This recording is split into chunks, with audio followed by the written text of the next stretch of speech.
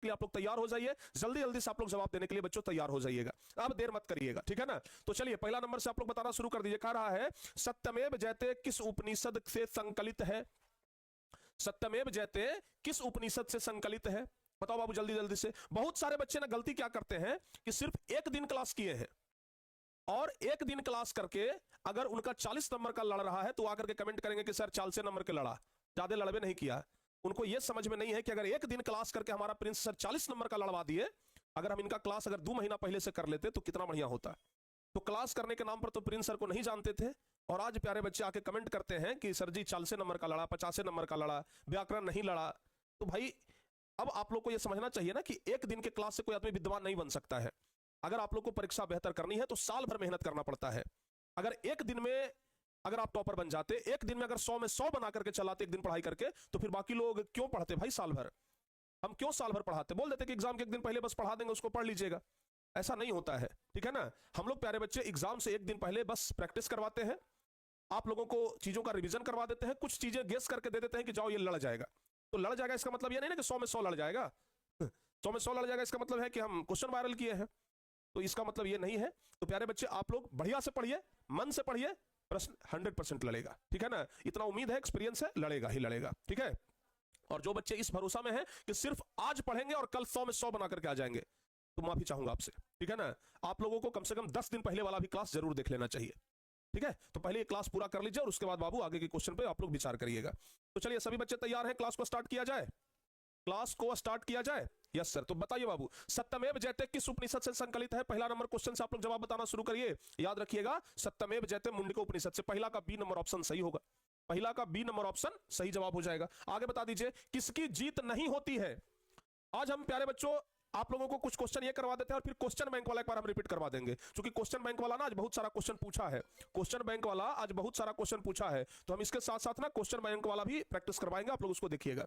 बताइए किसकी जीत नहीं होती है? दूसरा नंबर क्वेश्चन का जवाब बता दीजिए, किसकी जीत नहीं होती है? तो ध्यान रखिएगा असत्य की जीत नहीं होती है, सी नंबर ऑप्शन सही हो जाएगा। क्लियर? आगे बताइए छोटे से भी छोटा और बड़े से भी बड़ा क्या है?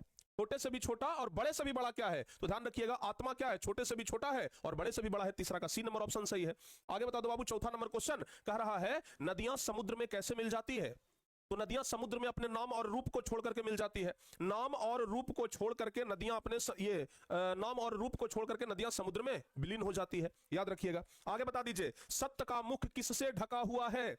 सत्य का जो मुंह है वो किससे ढका हुआ है? याद रखिएगा सत्य का जो मुंह है वह हिरण्मय पात्र से ढका हुआ है। हिरण्मय पात्र कहने का मतलब हुआ सोने का बर्तन, सोने का बर्तन। तो प्यारे बच्चों सत्य का मुंह जो है ना वो सोने के बर्तन से ढका हुआ है। आगे बताइए सत्यमेव जयते किस उपनिषद का मूल मंत्र है? तो प्यारे बच्चे छठा नंबर क्वेश्चन का आंसर ध्यान रखिएगा सत्यमेव जयते ना नृतम आप लोग पढ़े होंगे, यानी कि सत्यमेव जयते मुंडको उपनिषद का मूल मंत्र है।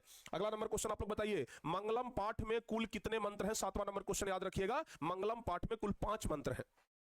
मंगलम पाठ में कुल 5 मंत्र हैं। आप लोगों को एक चीज बता देते हैं, यह जो प्यारे बच्चे किताब में हमारा मंगलम पाठ है, पहला नंबर पाठ, इसमें से कोई एगो श्लोक आप लोग याद कर लीजिएगा। अगर याद है तो एक बार लिख करके बताइए कि हाँ सर जी याद है। ये 5 गो जो श्लोक दिया गया है इसमें से कोई एगो श्लोक याद कर लीजिएगा, क्योंकि हो सकता है कि दीर्घ उत्तरीय प्रश्न में या लघु उत्तरीय प्रश्न में आपसे पूछ दे कि मंगलम पाठ का कोई एक श्लोक लिख दीजिए।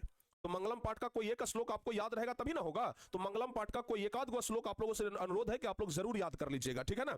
चलो बाबू आगे बढ़ते हैं। 7वां के बाद 8वां नंबर कह रहा है कि हिरण्मयेन पात्रेण दृष्टये, यह मंत्र किस उपनिषद से लिया गया है? तो याद रखिएगा हिरण्मयेन पात्रेण ये वाला ईशावास्य उपनिषद से लिया गया है। कहां से?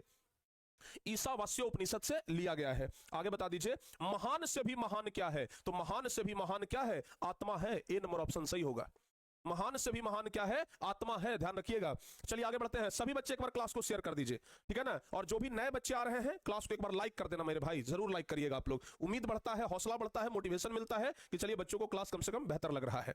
चलिए आगे बताइए यह संपूर्ण संसार किसके द्वारा अनुशासित है? 10वां नंबर क्वेश्चन याद रखिएगा कि यह संपूर्ण संसार जो है वह परमात्मा के द्वारा अनुशासित है। आगे बताइए वेदाह में तम पुरुषम महानतम विदते अयनाया मंत्र किस उपनिषद से लिया गया है? तो वेदाह में तम पुरुषम महानतम विदते अयनाया यह श्वेता श्वेत्रोपनिषद से लिया गया है बाबू, बी नंबर ऑप्शन सही होगा। आगे बताइए मंगलम कहां से संकलित है? 12 नंबर क्वेश्चन। तो मंगलम जो है ना वह उपनिषद से संकलित है। मंगलम पाठ जो है यह कहां से संकलित है? याद रखिएगा उपनिषद से संकलित है। आगे बताइए अनोरणियान महतो महियान महिमात्मना मंत्र किस उपनिषद से किस उपनिषद से संकलित है या संग्रहित है? बात एक ही हुआ। याद रखिएगा कंठोपनिषद से, ध्यान रखिएगा बाबू। आगे बताइए आप लोग, नदियां नाम और रूप को छोड़ करके किसमें मिलती है? 14 नंबर बताइए, नदियां नाम और रूप को छोड़ करके किसमें मिलती है? तो नदियां नाम और रूप को छोड़ करके समुद्र में विलीन हो जाती है। 14 का ए नंबर ऑप्शन सही हो जाएगा। आगे बता दो बाबू, कह रहा है कि अनोरणयान महतो महियान पद्यांश के रिक्त स्थान में कौन सा पद होगा? 15 नंबर। तो प्यारे बच्चे ध्यान रखिएगा, अनोरणयान महतो महियान होता है, तो यहां पर क्या भरा जाएगा? महतो महियान। खाली स्थान में क्या भरा जाएगा? महतो महियान, याद रखिएगा।